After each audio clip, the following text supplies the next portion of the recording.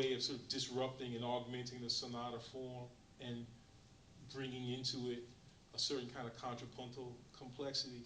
But that counterpoint, that contrapuntal complexity, or that fantastic thing, like Richard Iden, talks about, that thing is so much a part of the Thornton Dial piece to me. And that's, that the intricate nature of all that.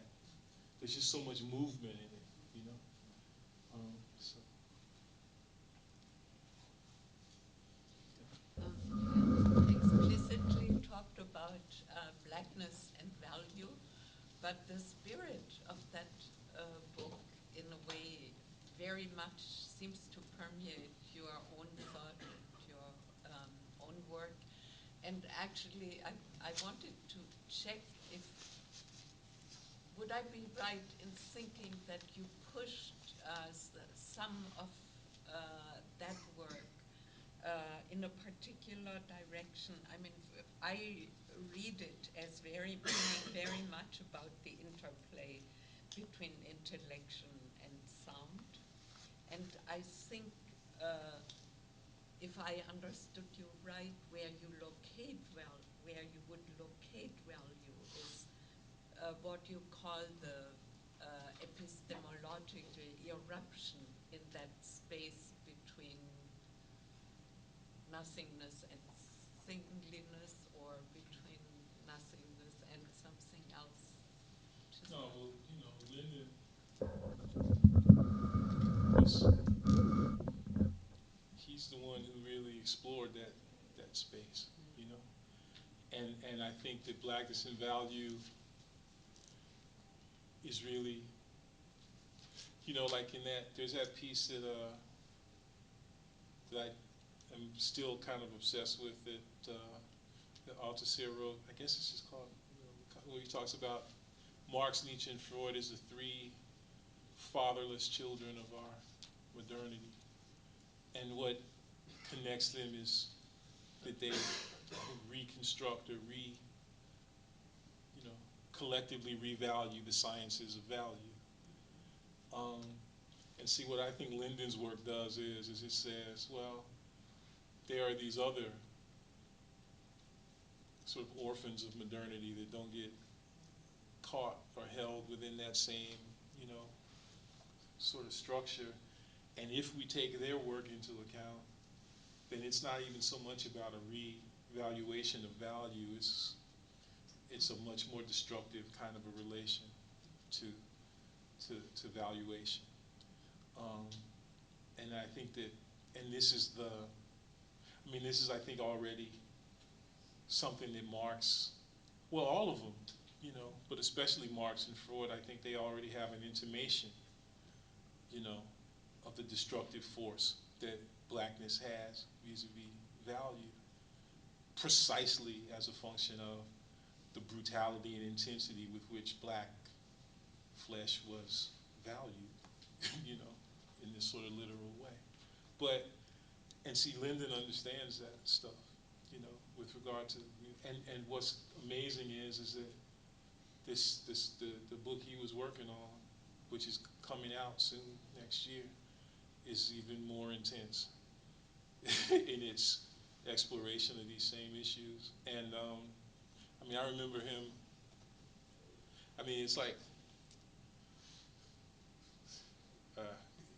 when we would sit, he would come to the house and we would sit out on the porch and argue, just scream at each other until like 5:30 in the morning, and then go into my remember, and he'll the little study in the backyard, and just listen to music, and and and he was so attuned to the ways that, like, these sort of, whatever you want to call them, illicit spaces, modern day holds, rent parties, clubs, that these were the spaces where this continuing eruption of value, or this disruption of value, was going on.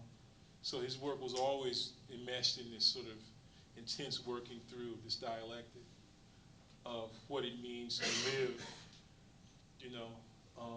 to be on the outskirts of a civil society which is in some sense structured by the imposition of value, and at the same time to be constantly embedded in this complex aesthetic sociality where, um, the imposition of value was being, it's not even right probably to say that it's being resisted as much as you could sort of say, these are the places where you could see why it is that the imposition of value was being forwarded in the first place as a regulatory mode and as a kind of sovereign operation. So he's always in my head, you know. So.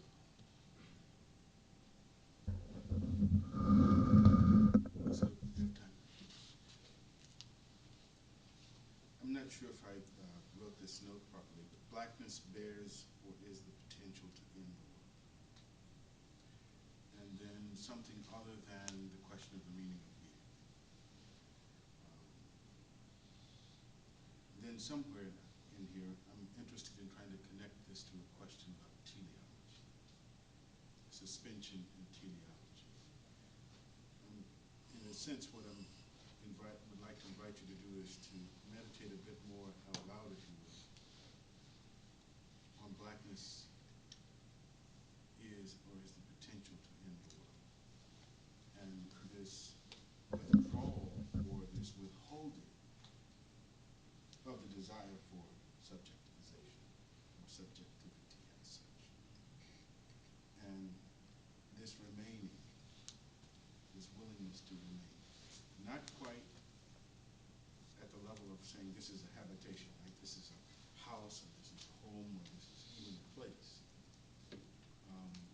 And to push that in the direction, back when you referred to Kant and this question of teleology on the one hand, and on the other hand, well, where are we going? Well, okay, let's see if I can. So first of all, I would say that maybe what I want to do is, just for a minute at least, maybe longer, but for a heuristic minute, operate within a distinction between maybe teleology and eschatology. So that's the first thing. So that there's an eschatological force. Because there's a contradiction, you see. When we talk about the end of the world, part of what it is that you want to, I believe, bring to a close is the force and the power of a certain kind of teleological thinking. The force and the power of a certain kind of thinking which is predicated on the use and the force of teleological principle. And it is Kant who is signal in that thinking. And it's important, you know this, you've worked on this, Bernasconi works on this. That essay on the uses of teleological principle in philosophy, it's not an accident that Kant delineates the use and the force and the necessity of teleological principle as a kind of an imaginative leap, right? Within a discourse specifically on race as the example of a teleological principle, right? So that's not a coincidence, not an accident that happens. So what's at stake is, first of all, for me, thinking through the ways that blackness, in its proximity to a certain kind of racial thinking, is always in excess of the racial thinking that attempts to regulate the thing that then gets called blackness. Okay? And it's in excess of that regulatory force precisely in ways that I think maybe the eschatological could be seen as in excess of the teleological. So when I say, okay, so that's the sort of set of ideas that situate themselves in relation to the first notion of an end. Okay? And obviously one is authorized in a certain way, I hope, by, let's say, certain formulations certain formulations that you get maybe like in Heidegger, the end of philosophy and the task of thinking, Derrida's